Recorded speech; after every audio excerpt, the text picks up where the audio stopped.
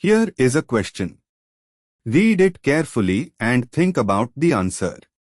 Let us solve it step by step. Let us first understand the key concept here. Grignard reagents act as nucleophiles, adding to carbonyl groups, aldehydes, ketones, esters, etc. The reagent CH3NGI provides a methyl carbanion, CH3, that attacks electrophilic carbonyl carbons. Moving on to the next step. Identify the substrate. IChO, IChO is diethyl acetyl of glyoxyl, more precisely, it is 2,2-diethoxyacetaldehyde. The molecule has two functional groups, an aldehyde, ChO, and an acetyl group, CH-OH2. Under normal Grignard conditions, before aqueous workup, the acetyl group is not reactive toward Grignard reagents because acetyls are stable under basic neutral conditions. Only the aldehyde carbonyl is electrophilic and susceptible to nucleophilic addition. Moving on to the next step. Reaction of CH3NGI with the aldehyde group. The methyl carbanion attacks the carbonyl carbon of the ChO group. IChO to CH, ChO plus CH3NGI, IChO to CH, OMG, CH3. And for the final step.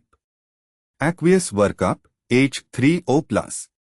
The magnesium alkoxide intermediate is protonated to give the alcohol. Additionally, under acidic aqueous conditions, H3O+, the acetyl group, IChO to CH hydrolyzes to give an aldehyde, ChO. IChO to CH of CH3, H3O+- OHCCH of CH3.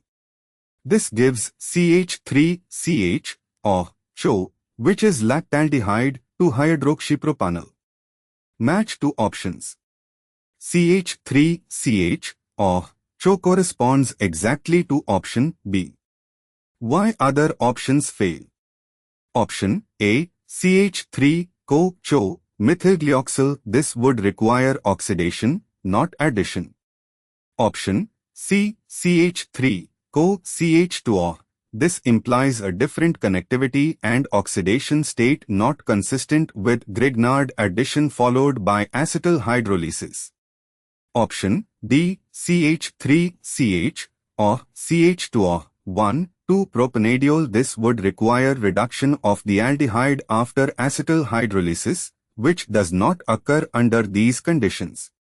Therefore, the correct answer is B. Therefore, the correct answer is option B.